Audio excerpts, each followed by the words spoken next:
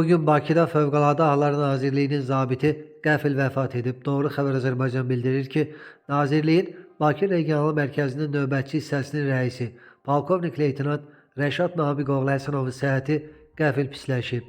O dərhal mərkəzin tibb məntəqəsinə çatdırılsa da həyatını xilas etmək mümkün olmayıb.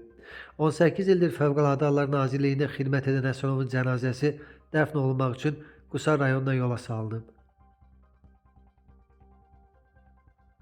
Xaricə qaçıb gizlənən Qurban Məmmədov, Tural Sadıqlı, Orduxan Teymurov, Elşad Məmmədov, Süleyman Süleymanlı, Rafael Piriyev və Orxan Ağayevin məhkəmə araşdırmaları başa çatıb. Bakı Ağır Cinayətlər Məhkəməsində aparılan qiyabi icraat üzrə hökm oxunub. Hökmə əsasən Qurban Məmmədov və Tural Sadıqlı 14, digərlərinə isə 9 il müddətinə qiyabi həbs verilib. Qeyd edək ki, təqsirləndirilən şəxslər çoxsaylı ağır cinayətlərin törədilməsində ittiham edilirlər.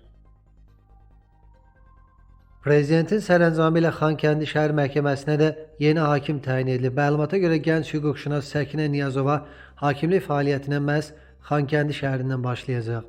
Bu təyinatla işğaldan azad olunmasından sonra fəaliyyətini bərpa edən Xankəndi Şəhər Məhkəməsində hakimlərin sayı 2 olub. Səkinə Niyazova isə məhkəmənin yeganə xanım hakimi olacaq.